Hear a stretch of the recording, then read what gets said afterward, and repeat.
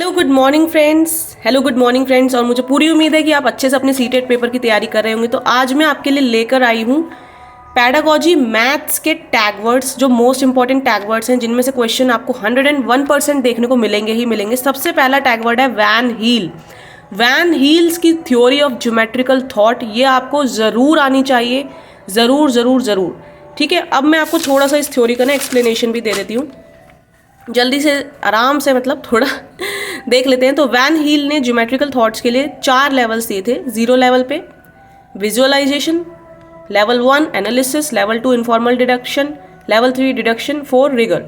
अब आप प्राइमरी के लिए अगर पढ़ रहे हो, पेपर 1 के लिए अगर आप पढ़ रहे हो, तो आपको सिर्फ यहाँ तक करना है, उससे आगे आपको नहीं करना है। ठीक है, और आप पेपर 2 में खुद ही कर दोगे, आपको ये चीज़ें खुद ही समझ आ जाएंगी जब आप यहाँ से बेसिक चीज़ें लेकर चलोगे। देखो, विजुअलाइजेशन का मतलब क्या होता है? देखना। सिंपल सी बात है, विजुअलाइजेशन का मतलब क्या होता है? देखना। हम ये देख रहे हैं, ये स्केच पेन है। कैसा स्केच पेन है? ब्लू। ठीक है, ये क्या है? ये किट है। ठीक है, ये क्या है? ये माउस है। तो इसको क्या कहते हैं? देखना कहते हैं। विजुअलाइजेशन में भी जब हम शेप्स की बात करें, यहाँ पे ज्योमेट्रिकल शेप्स की बात होंगी, हमें पता है ये सर्कुलर चीज़ है, तो ये सर्कल है, ये ट्राइंगल है, ये स्क्वायर है और ये रेक्टेंगल है। बस हैं, हमें अभी इनकी प्रॉपर्टीज़ के बारे में कुछ नहीं पता, हमें देखने के बेसिस पे पता है कि ये अलग है, ये अलग है, ये अलग है और ये अलग है। तो अगर कोई हमसे कहेगा कि जरा ऐसी जो चीज़ें हैं उनको साथ में रख दो, तो आप शेप्स के आधार पर, देखने के आधार पर उनको अलग कर दोगे कि हाँ ये सर्कल है, इसको अलग करो। हम कहें आपसे ट्राइंगल को अलग कर दो, हाँ ये ट्राइंगल है, देखने के आधार पर। अभी आपको प्रॉपर्टीज़ नहीं पता, ठीक है, कि ये क्यों ट्राइंगल है, क्यों स्क्वायर है, क्यों सर्कल है, क्यों रेक्टेंगल है, अभी आपको नहीं पता प्रॉपर्टीज़। ठीक है, तो ये लेवल 0 है। अगर आपसे क्वेश्चन में आए कि कोई बच्चा शेप्स को पहचान लेता है देखकर, ठीक है, तो वो कौन से लेवल पे? अभी 0 लेवल विजुअलाइजेशन पर है। ठीक है, अब लेवल 1 एनालिसिस में चलते हैं। जब आप विश्लेषण कर लेते हो किसी चीज़ का कि हाँ भाई ये रेक्टेंगल इसलिए है क्योंकि इसकी दोनों अपोजिट साइड्स ना पैरेलल भी हैं और इक्वल भी हैं। ठीक है, इक्वल और पैरेलल दोनों है, इसकी ये वाली अपोजिट साइड भी ऐसी है। अब स्क्वायर है तो स्क्वायर क्यों है? क्योंकि इसकी चारों ही साइड्स इक्वल हैं। ठीक है, ये सर्कल है क्योंकि ये गोल है। ठीक है, जो सर्कल की प्रॉपर्टीज होती हैं बेसिकली आपको वो पता होंगी। ठीक है, तो इस तरीके से जब आपको प्रॉपर्टीज पता चल जाए, जब बच्चे को प्रॉपर्टीज पता है कि वो बच्चा शेप्स की प्रॉपर्टीज भी बता पा रहा है, तो लेवल 1 एनालिसिस पर है वो। ठीक है, फिर आता है सेकेंड लेवल इनफॉर्मल डिडक्शन, यानी कि अब उसको प्रॉपर्टीज़ के बीच में रिलेशन भी पता है कि क्यों, कैसे बनी कोई चीज़। कि रेक्टेंगल है तो इसकी प्रॉपर्टीज़ के बीच में क्या क्या रिलेशन है, लेंथ है, ब्रेड्थ है, पैरेलल है, अपोजिट है, इक्वल है, लेंथ प्लस ब्रेड्थ करके क्या एरिया आएगा, क्या पेरीमीटर आएगा। तो यहाँ पर वो प्रॉपर्टीज़ को रिलेट भी कर पाएगा और इनसे क्या क्या होगा। ये होता है इनफॉर्मल डिडक्शन। डिडक्शन में आप क्या पढ़ोगे? बेसिकली जो थ्योरम्स वगैरह प्रूव नहीं करते वो सब चीज़ें आप पढ़ने वाले हो। तो ये है टोटल वैन हील्स का थ्योरी ज्योमेट्रिकल कॉन्सेप्ट को लेकर। इसमें से आपको क्वेश्चन 101% देखने को मिलेगा। जब आप PYQ भी करोगे ना और मैथ्स की पेडागॉजी करोगे तो ही आप देख लोगे वैन हील्स में से क्वेश्चन। ठीक है, तो आपको पता होना चाहिए विजुअलाइज जब देख के शेप्स को पहचान रहा है, एनालाइज करना जब प्रॉपर्टीज़ के बेस पे शेप को जान रहा है, और लेवल 2 क्या? इनफॉर्मल डिडक्शन, जब उसको रिलेशन भी पता है प्रॉपर्टीज़ के बीच में। ठीक है, तो ये हो गया आपका वैन हील का। अब देखो, ये मोस्ट इंपॉर्टेंट है, क्वेश्चन मिलेगा ही मिलेगा। ये भी मोस्ट इंपॉर्टेंट है, क्वेश्चन मिलेगा ही मिलेगा। जियो बोर्ड्स। जियो बोर्ड्स होता क्या है? देखो, जियो बोर्ड एक ऐसा बोर्ड होता है, एक बोर्ड की तरह होता है। ठीक है, उसके ऊपर जो आप बोर्ड पिन नहीं लगाते थे पहले कभी स्कूल में, जब आपने करा होगा तो बोर्ड पिन लगा देते बोर्ड्स में। ठीक है, इस तरीके से। तो बच्चा क्या करता है, उन बोर्ड पिन्स पे धागे बांध के शेप्स क्रिएट कर सकता है। बेसिकली जियो बोर्ड यूज़ होता है ज्योमेट्री के कॉन्सेप्ट्स को क्लियर करने के लिए। अगर क्वेश्चन आता है और 4 ऑप्शन आपको यही दे दिए हैं, तो उसमें से अगर ये पूछें कि कौन सा बच्चे के लिए बेस्ट रहेगा, कौन सी चीज़ उसका ज्योमेट्रिकल कॉन्सेप्ट क्लियर करने के लिए, तो जियो बोर्ड बेस्ट रहेगा। ठीक है, तो आपको पता होना चाहिए कि जियो बोर्ड क्या है। बेसिकली ज्योमेट्री के कॉन्सेप्ट्स को क्लियर करने के लिए एक चीज़ होती है, एक टूल होता है, टीचिंग लर्निंग टूल होता है। आप चाहो तो नेट पे इन सब की फोटोज़ भी देख सकते हो। अबैकस आप सभी को पता है, मल्टीप्लाई, सब्ट्रैक्शन, एडिशन, डिवीजन के लिए यूज़ होता है। रॉड्स होती है ना, उसमें ऐसे बीच बीच में गोली सी पड़ी होती है। नंबर चार्ट्स हमें सबको पता है, एक चार्ट होता है, उस पर नंबर लिखे होते हैं 1 से 100 तक, 1 से 200 तक, जितने बच्चे को हमें पढ़ाने हैं। तो नंबर चार्ट्स आपको सभी को पता है। क्यूजेनियर रॉड्स क्या होता है? क्यूजेनियर रॉड्स जैसे बच्चों के ना ऐसे टॉयज से आते हैं, इतनी इतनी सी लंबी लंबी सी रेक्टेंगल रॉड्स आती हैं, अलग अलग कलर में, ब्लू, रेड, ग्रीन। ठीक है, इस तरीके से देखो कलर वाइज होती है। मतलब ये रॉड नहीं है, लेकिन ये आप इमेजिन कर सकते हो कि, और छोटी बड़ी होती है साइज़ में। ठीक है, कलर भी अलग अलग होता है और छोटी बड़ी होती है, रेक्टेंगल होता है बिल्कुल प्रॉपर। अब क्यूजेनियर रॉड्स क्यों यूज़ करते हैं? क्यूजेनियर रॉड्स हम यूज़ करते हैं बच्चों को फ्रैक्शन का कॉन्सेप्ट क्लियर करवाने के लिए। देखो इस तरीके की होती हैं, ठीक है। तो फ्रैक्शन का कॉन्सेप्ट, मुझे लग रहा है मेरी आवाज़ थोड़ी मंदी आई होगी अभी, वो मैंने स्पीकर पे हाथ रख लिया था। तो फ्रैक्शन का कॉन्सेप्ट क्लियर करवाने के लिए हम कौन सी रॉड्स यूज़ करते हैं? क्यूजेनियर रॉड्स। और देखो क्वेश्चन किस तरह से आता है वो भी मैं आपको दिखा देती हूँ। इस तरीके से क्वेश्चन आता है, which of the following is most suitable for teaching children.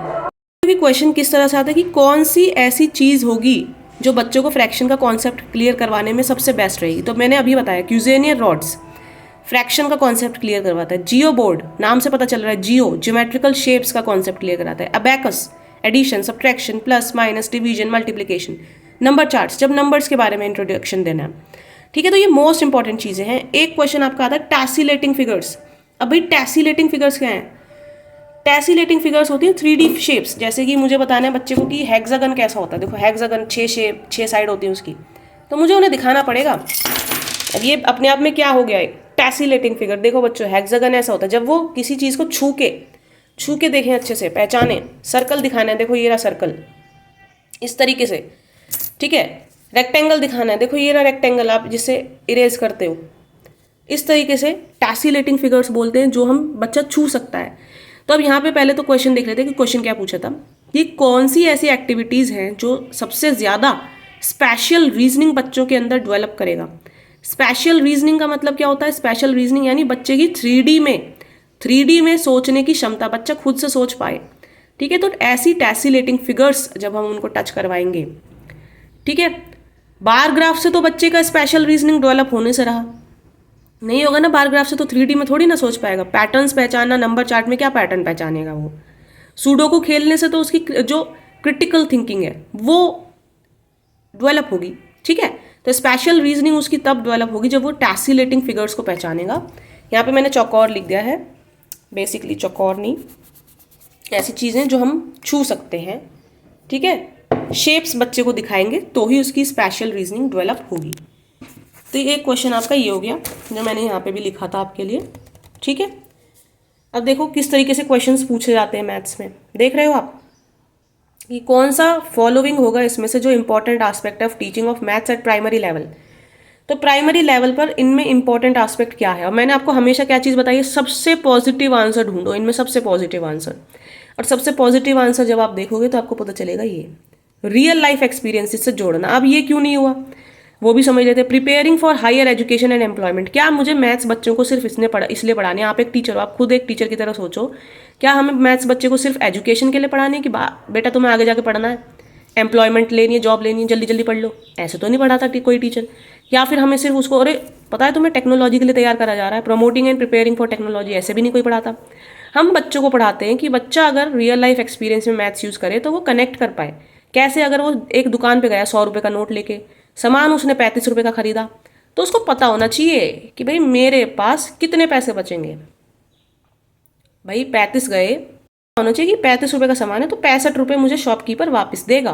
तो ये है कि रियल लाइफ एक्सपीरियंसेस से जोड़ पाए, ठीक है। ये क्वेश्चन मैंने आपको होमवर्क के लिए दे दिया है, आप इसका स्क्रीनशॉट ले लो या वीडियो पॉज कर लो और आपको यहाँ से आंसर निकालना है। Best positive answer निकालिएगा।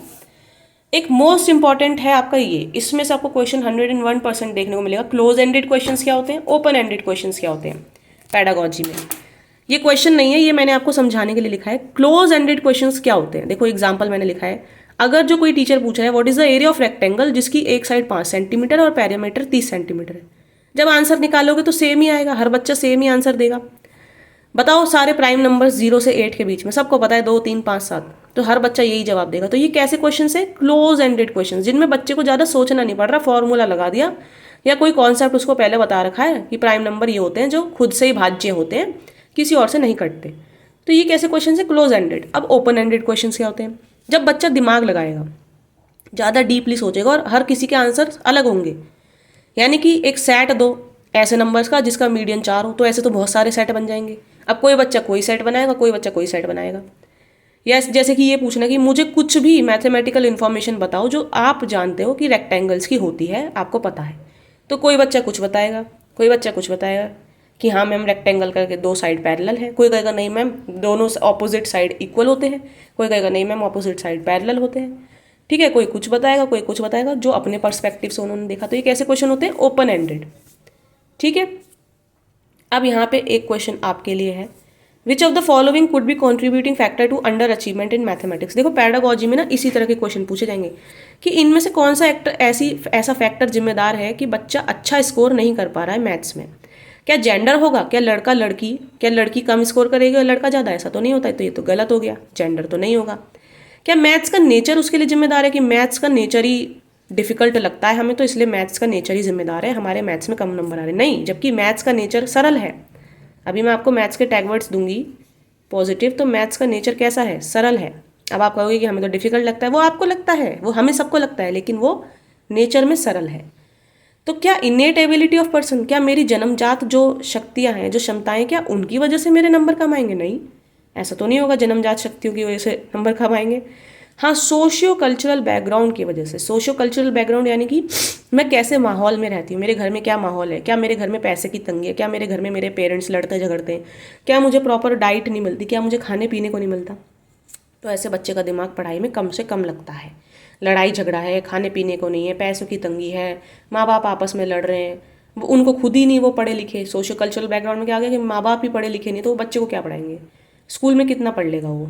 ठीक है, तो ये क्या है, सोशल कल्चरल बैकग्राउंड इसके लिए जिम्मेदार होता है। तो ये सब चीज़ें मैंने आज आपको बताई, क्योंकि वीडियो बहुत लंबा स्ट्रेच हो जाएगा, वो मैं करना नहीं चाह रही, तो मैं इसके लिए पार्ट 2 आपको कोशिश करूँगी शाम तक देने की, मैथ्स पेडागोजी के इंपॉर्टेंट टैग वर्ड्स, और हिंदी में कोशिश करूँगी देने की, और इंग्लिश में भी। ठीक है फ्रेंड्स, और अच्छे से पढ़ाई करिए अपने सीटेट की। ऑल द बेस्ट आप सभी को, आप सभी का एग्ज़ाम क्लियर ज़रूर हो जाएगा अगर आप अपना 101% दोगे। देखो मेहनत तो करनी पड़ेगी, मैं भी आपके लिए मेहनत कर रही हूँ, मैंने दूसरी बार ये वीडियो बनाई है, पहली बार में मुझे सही नहीं लगी। ठीक है, तो अच्छे से मेहनत करिए और खुश होकर पढ़िए, कोई भी काम खुश होकर करोगे तभी अच्छा होगा, बोझ मान के नहीं करना। Okay friends, take care.